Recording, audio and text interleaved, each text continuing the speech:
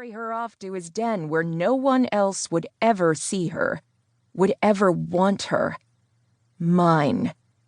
Adrian's eyes widened as his Puma snarled in his mind. Crap.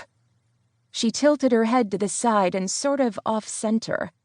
She lowered the hand he hadn't even realized she'd raised in greeting. Excuse me? Is everything all right? No. Everything's fine. He hoped to God she couldn't see the erection straining against his trousers. Would you like to come in for a moment while I get my coat? Adrian gulped as she smiled, sweetly uncertain. Can I come in for a year or two? How about I just come? He did his best to bludgeon the voice of lust to death, but it refused to die. He wanted to throw her down on the ugly green carpet and fuck her until neither one of them could walk for a week. Maybe a month. Try years, his Puma purred. Sure, thanks. It didn't even occur to him that he was already thinking of her as his. She opened the door wide, standing aside and waving him in with another shy smile. He stepped in quickly, grateful when she swung the door shut behind him. He took a look around her hotel room, her suitcases, anything to keep from looking at her.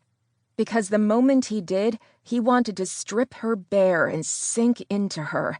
When she turned to grab her coat, he nearly groaned at the sight of her perfect, heart-shaped ass. She swiftly thrust her arms in the sleeves.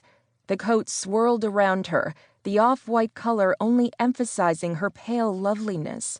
Then she moved to the side of the bed. Carnal thoughts raced through his head as she bent to pick up something off the ground, really showcasing her ass. He couldn't see what she was picking up because, A, it was on the other side of the bed, B, the object of his sudden and total lust had just bent over near a bed, and C, that ass. Even hidden by the coat, it had the power to make him hard.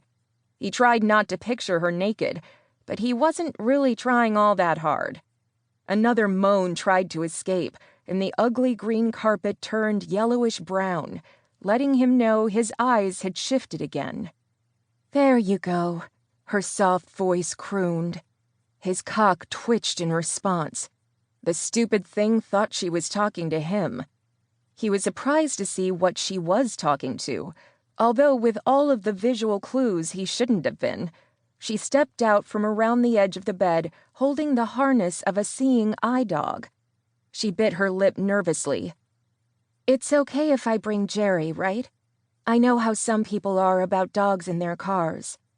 Yeah, it's fine, he said, staring at the woman in front of him. OCA, probably type 1. The white blonde hair, pale blue eyes, nearly white skin. Why hadn't he put the clues together before? Most people with type 1 albinism were legally blind and required vision aids. As an optometrist, he should have caught the signs, but he'd been so busy trying to ignore his dick, and her ass, that he'd missed the obvious. Do you have your sunglasses?